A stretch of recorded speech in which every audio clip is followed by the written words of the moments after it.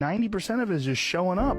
Get there and start working. Like, you're not going to feel perfect every day. There's got to be those days you push through. They're probably going to be more numerous than the days you don't. And Pressfield talks about that in the most concise and beautiful way. And he labels it like an enemy. He calls it resistance, you know, and that you have to sit down, you have to overcome resistance, and that the pro goes to work. And it doesn't matter if you're sick, doesn't matter if you have kids, you're a pro and you go to work.